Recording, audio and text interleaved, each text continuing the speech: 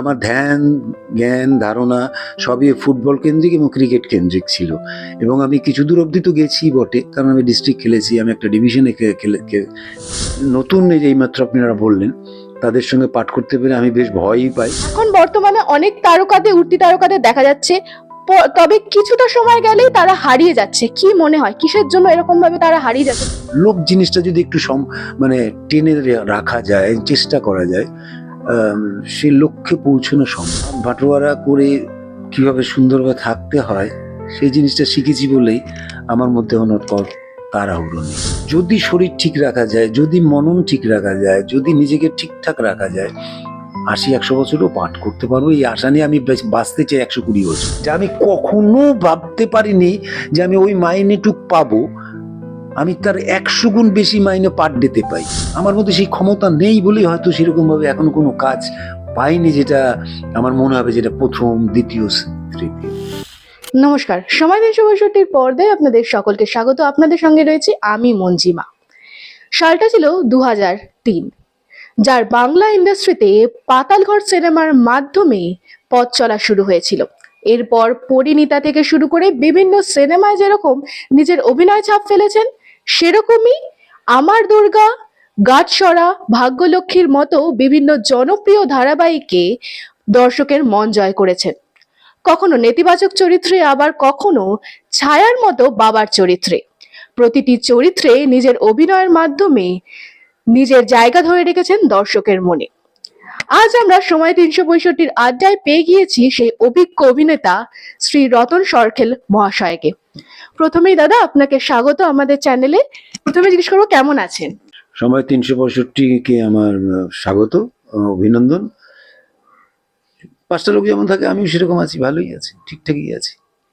আচ্ছা, আগামী দিনে আপনাকে কোন প্রজেক্টে দেখা যাবে, আর কোন প্ল্যাটফর্মে আপনি বেশি কাজ করতে স্বচ্ছন্দ বোধ করেন, পছন্দ করেন? সিনেমা, ধারাবাহিক নাকি ওটিটি? এটা তো খুব কঠিন প্রশ্ন নয়, খুব সোজা। অভিনয় করতে ভালোবাসি, যে কোনো মাধ্যমে, যে কোনো জায়গায়, যে কোনো সিনেমা, সিরিয়াল, ওটিটি, যাই আসুক না কেন, সবটাতে আমি অভিনয় করতে ভীষণ মানে ভালো তো বাসি এবং শ্রদ্ধা করি। আচ্ছা, তো ২০০৩ সালে আপনার অভিনয় জগতে পথ চলা শুরু হয়েছে। সেখানকার তারকাদের সঙ্গে আপনি স্ক্রিন শেয়ার করেছেন, এখন বর্তমান প্রজন্মে তারকাদের সঙ্গে কাজ করছেন। তো আপনার কি মনে হয় এখন বর্তমানে যেই তারকা, উঠতি তারকারা রয়েছে, তাদের ভাবনা চিন্তা বা তাদের মানসিকতা, তাদের প্রস্তুতি নিয়ে কি আলাদা চোখে পড়ছে? মানে আগে যাদের সঙ্গে অভিনয় করেছি তারা এখনো বর্তমানে করে চলেছে, এবং যারা এইমাত্র যে প্রশ্নটা হলো যে বর্তমান প্রজন্ম বলতে আমি বুঝি না, বর্তমানে যারা অভিনয় করছে নতুন নতুন আমরা যাদেরকে দেখতে পাচ্ছি অন স্ক্রিনে, দে আর ভেরি ট্যালেন্টেড এবং অত্যন্ত মানে কি বলবো ভালো মানুষ তারা, এবং ভালো অভিনেতা। এবং তাদের সঙ্গে পাঠ করতে গেলে আমাকে নিজেকে মনে হয় খুব মানে অকওয়ার্ডে পড়তে হয়, যে মানে এরা এত জানে অথচ আমি কিছুই জানি না। মানে এরা ভীষণ সিনসিয়ার এবং অত্যন্ত ভালো অভিনেতা অভিনেত্রী, এবং সত্যি সত্যি আমি খুব ব্লেসড যে আমি সেই প্রজন্ম, জানি না প্রজন্ম বলতে কাকে বলে, আমার থেকে যারা সিনিয়র তাদের সঙ্গে পাঠ করেছি, আমার বয়সী যারা আছেন তাদের সঙ্গে পাঠ করছি এবং করব, এবং যারা নতুন এই যে এইমাত্র আপনারা বললেন তাদের সঙ্গে পাঠ করতে পেরে আমি বেশ ভয়ই পাই, কারণ তারা বেশ অভিজ্ঞ মনে হয় এবং যথেষ্ট শ্রদ্ধাশীল এই অভিনয়ের ক্ষেত্রে তারা, এবং অনেক কিছু তারা জেনেই এসছেন। আমার সেটা মনে হয়, সুতরাং আমি নিজেকে ভীষণ ভয় পাই তাদের সাথে অভিনয় করতে গেলে। আপনি ছোট পর্দায় এবং বড় পর্দায় দুই জায়গায় সফলভাবে অভিনয় করেছেন, তো কোনটা বেশি চ্যালেঞ্জিং মনে হয়? অভিনেতার অভিনয় করাটাই চ্যালেঞ্জিং, সেটা বড় পর্দায় হোক আর ছোট পর্দায়। হ্যাঁ, কিছুটা টেকনিক্যালিটিস তো আছেই, যে বড় পর্দায় কিভাবে একটু অভিনয় করতে হয় এবং ছোট পর্দায় কিভাবে অভিনয় করতে হয়, বা বিজ্ঞাপনেও আমি অনেক কাজ করেছি, ন্যাশনাল বিজ্ঞাপনেও আমি অনেক কাজ করেছি। কিছু কিছু ক্ষেত্রে একটু ডিফারেন্স আছেই, মানে সেটা টেকনিক্যালি। আচ্ছা, আপনার কোন চরিত্রটা বিশেষভাবে পছন্দের বলে মনে হয়? মানে এতদিন তো অনেক চরিত্রে কাজ করেছেন, তো কোন চরিত্রটা আপনার নিজের বিশেষ বলে মনে হয়? কোনো চরিত্রই এখনো কোনো বিশেষ বলে মনে হয়নি, এখনো পাইনি সেরকম চরিত্র। আমি আশায় বসে আছি এখনো, যে সেরকম একটা বিশেষ চরিত্র যদি পাই, কেউ যদি আমাকে দিয়ে সেরকম একটা অভিনয় করিয়ে নিতে পারেন, সেই আশায় বসে আছি। এখনো বলতে পারবো না যে আমি ভালো কোনো অভিনয় করেছি আর কি। আপনার এই বিনোদন দুনিয়ায় মানে কি দেখে, কিসের টানে এলেন? কাউকে দেখে, কেউ আপনার ইন্সপিরেশন আছে, না মানে কিসের জন্য আপনাকে অনুপ্রেরণা দিল এই জগতে আসার জন্য? সেটা একটা লম্বা ইতিহাস। অবশ্যই প্রথমেই বলতে হয় যে আমার পরিবার তো হচ্ছে মানে খেলাধুলার জগতের প্রত্যেক কটা দাদা, তারা বড় বড় ফুটবলারই ছিলেন এবং আছে, মানে ছিলেন বলতে কি তারা তো এখন এখন আর খেলছেন না। তো আমার পরিবার একটা ফুটবল এবং ক্রিকেটটা বিশেষ নয়, ফুটবলে আমাদের এই দমদমে মোটামুটি আমার দাদাদের খুবই নাম ছিল। সেই দেখা দেখি আমিও চেয়েছিলাম একজন ফুটবলার এবং ক্রিকেটার হতে, এবং কিছু দূর আমি এগিয়েও ছিলাম, কারণ আমার ধ্যান জ্ঞান ধারণা সবই ফুটবল কেন্দ্রিক এবং ক্রিকেট কেন্দ্রিক ছিল। এবং আমি কিছু দূর অবধি তো গেছি বটে, কারণ আমি ডিস্ট্রিক্ট খেলেছি, আমি একটা ডিভিশনে খেলেছি। যাই হোক, তো সেটাই আমার স্বপ্ন ছিল যে আমি একজন ফুটবলার বা ক্রিকেটার হব, মানে স্পোর্টসম্যান। যেহেতু আমার বাড়ির পরিমণ্ডল ওটাই ছিল আর কি, দাদারা খুব নাম করা ফুটবলার। হয়ে যাওয়ার পরে আমি আর তখন কিছু করার না, পাইপ প্লাস্টার নিয়ে বসে থেকে তখন ভেবেছিলাম যে আমার এই খেলাধুলার জগৎটাই শেষ হলো, আমার খেলাধুলার জগৎটাই শেষ হলো। তখন স্টেনোগ্রাফি শেখা শুরু করলাম বাড়িতে বসেই, তখন পাইপ প্লাস্টার করতে করতে কোম্পানিতেও চাকরি পেলাম, executive assistant two MD and chairman. করতে করতেই আমার আলাপ এমন এক ভগবানের সঙ্গে, তাকে তো আমি ভগবান কেন, আমাদের মনে হয় যারা অভিনয় করছেন সকলেই তারা ভগবানই ভাবেন। আমি স্টিল নাও তিনি আমার ভগবান, এখনও ভগবান আছেন। তার সঙ্গে আলাপ হওয়ার দৌলতে আমি এই অভিনয় জগতে একটা ওয়ার্কশপে তাকে পাই। তিনি হচ্ছে আর কেউ নেই, আমার গুরু রমাপ্রসাদ বণিক মহাশয়, যার দৌলতে আজকে আপনি হয়তো আমার কাছে এসছেন একটু কিছু, সব তার জন্যেই। তো সেই গুরুর কাছে প্রথমে আমি তা ওয়ার্কশপে ঢুকতে ঢুকতে জানি না কিভাবে যে এটাকে ভালোবেসে ফেলেছি, মানে মানে একজন ভগবান সামনে থাকলে যা হয় আর কি, তার প্রতি আকৃষ্ট হয়ে ধ্যান জ্ঞান সব কিছু সেখানে আমি সঁপে দিয়েছিলাম। চাকরিটা ছেড়ে দিই, তার কাছ দিয়ে একটা শিক্ষা শুধু পেয়েছিলাম, ধৈর্য, বিশ্বাস এবং যেটা লক্ষ্য সেই দিকে যদি বিশ্বাস রাখা যায় এবং পরিশ্রম করা যায়, আমার মনে হয় গাধাকেও ঘোড়া বানানো যায়। তো আমি সেই তিনটে পথ ওনার আমি ভাবতাম খালি, এবং আমি চেষ্টাও করেছি, আমি পরিশ্রম করতে চেষ্টা করেছি। জানি না আস্তে আস্তে আস্তে আস্তে সেটা এমন প্রেমে গিয়ে দাঁড়ালো, আমার জগৎ, আমার পরিবার, সমাজ, দীর্ঘ 20-22 বছর আমি কোনো সেই দিকে তাকাতে পারিনি, এবং কেন জানি অদ্ভুত একটা ভালো লাগা, এবং মনে হতো যে আমি একটা কিছু করতে পারি বা পারবো এই ভগবানের সঙ্গে থাকলে। যদিও ওনাকে আমি হারিয়েছি, কিন্তু তাকে ছাড়া আমি কখনো ভাবতে কিছু পারি না। মানে তিনি আজকে আমি এই ইন্টারভিউ দিচ্ছি, এই যে জামা কাপড় অমুক, আমার জীবন জীবিকা, একমাত্র ওই একটি ভদ্রলোক, মানে আমার গুরুদেব ভগবান রমাপ্রসাদ বণিক। আচ্ছা, বর্তমানে কিন্তু আগের থেকে এখনকার বিনোদন কিন্তু অনেকটাই বদলেছে, যেখানে বিনোদন কিন্তু এখন সকলের শুধু বড় পর্দায় নয়, মুঠোফোনেও এসেছে। আর তার মধ্যে সবচেয়ে তাৎপর্যপূর্ণভাবে এসেছে হলো ওটিটি প্ল্যাটফর্ম। এই যে এই পরিবর্তনটাকে আপনি কিভাবে দেখছেন? আর ওটিটি প্ল্যাটফর্ম আজকের দুনিয়ায় কতটা উপকারী আর কতটা অপকারী, কি মনে হয় আপনার? না, উপকারী অপকারীটা তো সেটা তো আমি বলতে পারবো না, কারণ আমার কাজটা হচ্ছে, আপনার ব্যক্তিগতভাবে কি মনে হয়? আমার ব্যক্তিগতভাবে মনে হয় সিঙ্গেল স্ক্রিনগুলো নষ্ট হয়ে যাচ্ছে। মানুষের ঘরের মধ্যে বসে থেকে ওই ওটিটি বা যা ছবি হয় সেগুলো দেখছে মানুষ, মানে কি বলবো, একদম একটা কেন্দ্রে গিয়ে ঘনীভূত হচ্ছে। সেটা আমার মনে হয় না কোনো জীবনের ক্ষেত্রে সেটা সঠিক। আচ্ছা, আপনার এই দীর্ঘ অভিনয় জীবনে আপনার কি মনে হয় অভিনয় জগতে টিকে থাকার জন্য কি জরুরি? ধৈর্য না ধারাবাহিকতা, কোনটা জরুরি? ধৈর্য তো বটেই, আর পরিশ্রম আর ভালোবাসা, এই তিনটে থাকতেই হবে। তো এখন বর্তমানে অনেক উঠতি তারকাদের দেখা যাচ্ছে তবে কিছুটা সময় গেলেই তারা হারিয়ে যাচ্ছে। কি মনে হয় কিসের জন্য এরকম ভাবে তারা হারিয়ে যাচ্ছে? তাদের পোটেনশিয়াল কম, না তাদের কিসের অভাবে মনে হয় তারা হারিয়ে যাচ্ছে? এরকম উঠতি তারকা সাফল্য পাওয়ার পরে অনেককেই হারিয়ে যেতে দেখেছি। সেটা হারিয়ে যাওয়ার মূল কারণ তো সে নিজেই। হারিয়ে যাওয়ার মূল কারণ সে নিজেই। কেন হারিয়ে যাচ্ছে সে নিজেই বলতে পারবে। আপনার কি মনে হয় কিসের অভাবে? হ্যাঁ, অনেকে তো মানে কি বলবো, এটা যে যার তো ব্যক্তিগত ব্যাপার। সে হয়তো তার আমি লোভ বা লালসা বলছি না, বা স্থির কোনো লক্ষ্য বা উদ্দেশ্য আছে কিনা সেটা হয়তো কম, সেই জন্য হয়তো তার হারিয়ে যাচ্ছে। নিশ্চয়ই সে ভালোবেসে এসেছিল, তারপরে তার সেই লক্ষ্য বা দৌড়নো বা ফোকাস করতে পারছে না এই অস্থিরতার জন্য। কি অস্থিরতা সেটা সে নিজে বলতে পারবে। কিন্তু আমার মধ্যেও তো অস্থিরতা আছে। আমিও তো চাই একজন ভালো নাম করি, আমার প্রচুর অর্থ হোক, লোকে আমাকে চিনুক, সব কিছুই আমার মধ্যেও আছে।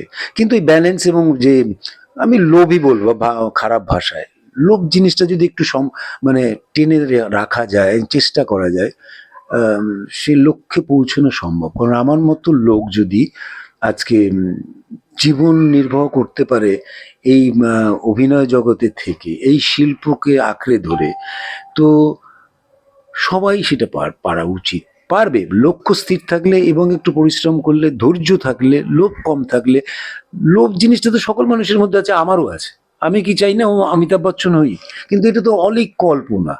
আমি কে সেটা যদি আমি 0.0%ও আমি বুঝতে পারি, তাহলে বুঝবো যে এটা যে কিছুটা সম্ভব টিকে থাকা। আচ্ছা, আপনার অভিনীত তিনটি কাজ মানে তিনটি সারিতে রাখতে বলে কোন কোন কাজ রাখবেন? অভিনীত কাজ হুম। এখনো একটাও নয়। মানে সবচেয়ে বেস্ট হয়েছে এরকম কোনো কাজ তিনটি সারিতে যদি সাজাতে বলি, ফার্স্ট সেকেন্ড থার্ডে? না, আমি এখনো সেরকম কোনো কাজই করিনি যে ফার্স্ট সেকেন্ড থার্ডে আমি রাখতে পারবো। লোকে বলে বলে আমার বেশ ভালো লেগেছে, দারুণ অভিনয় করেছেন, তো আমি তো তৃপ্ত নই। কারণ আমার বয়স প্রায় ফুরিয়ে আসছে।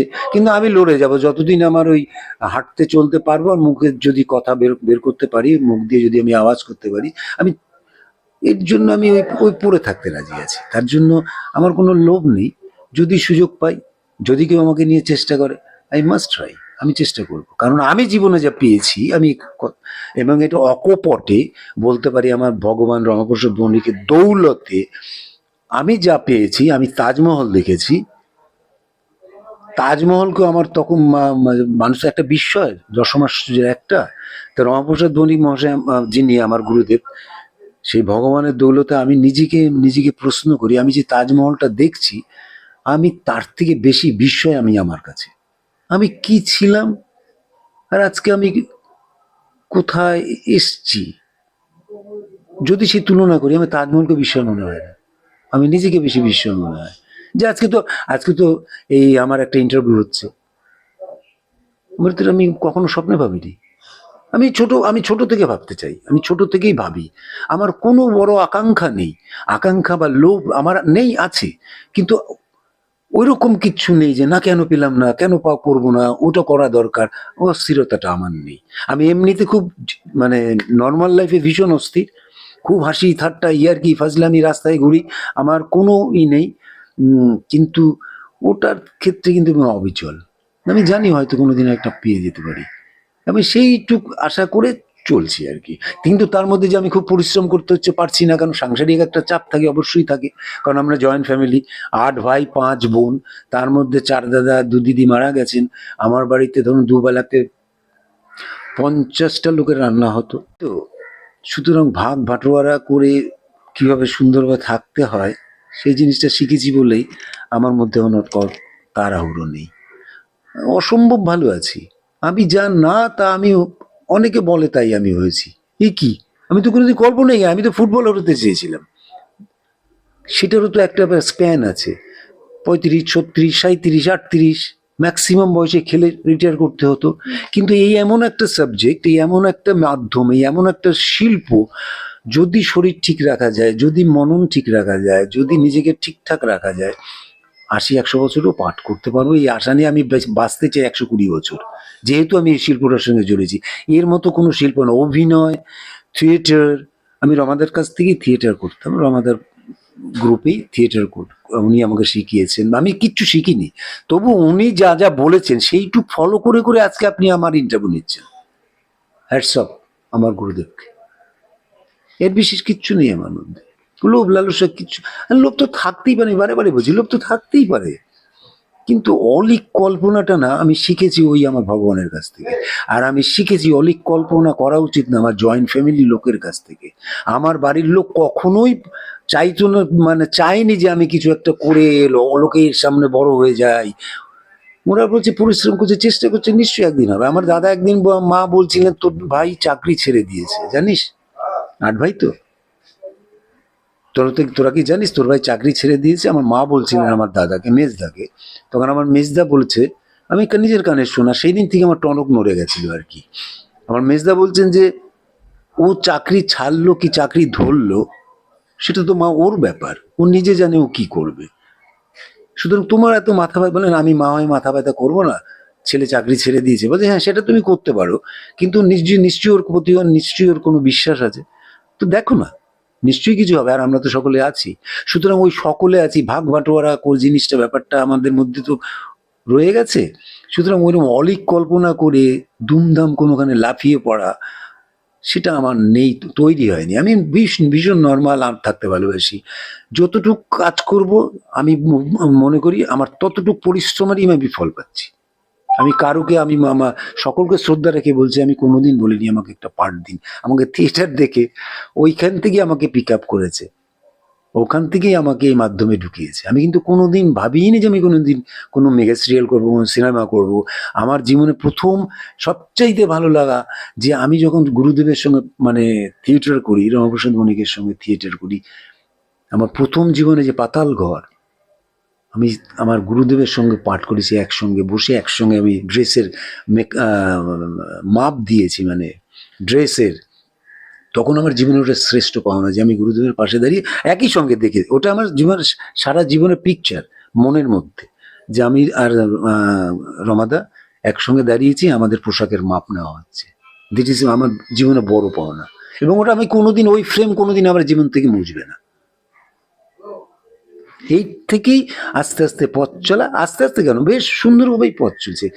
দেখো খরগোশ হতে চাই না, যদি ওরকম ভাবে এগোনো যায়, যদি কেউ যদি এরকম ইন্টারভিউ নেয়, কেউ যদি লোকে আমাকে রাস্তায় বলে দাদা তোমার পাঠটা দারুণ লাগে, আমি তখন বলি পুরস্কার না তিরস্কার হচ্ছে আমাকে, কেন জানি না মনে হয় ভয় লাগে তো।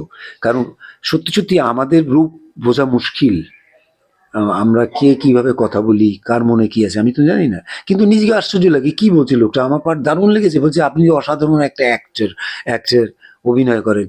আমি না মাঝে মাঝে কি বলে লোকটাকে, কি ভুল বলছে না তিরস্কার করছে? আমি বলি আপনি পুরস্কার দিচ্ছেন না তিরস্কার, জড়িয়ে ধরে। আমি জানি না, আমি কিচ্ছু করতে পারিনি, বিশ্বাস করুন আমার অনেক কিছু করার ইচ্ছে অভিনয় শিল্প, কিন্তু আমার মধ্যে সেই ক্ষমতা নেই বলেই হয়তো সেরকম ভাবে এখনো কোনো কাজ পাইনি যেটা আমার মনে হবে যেটা প্রথম, দ্বিতীয়, তৃতীয়।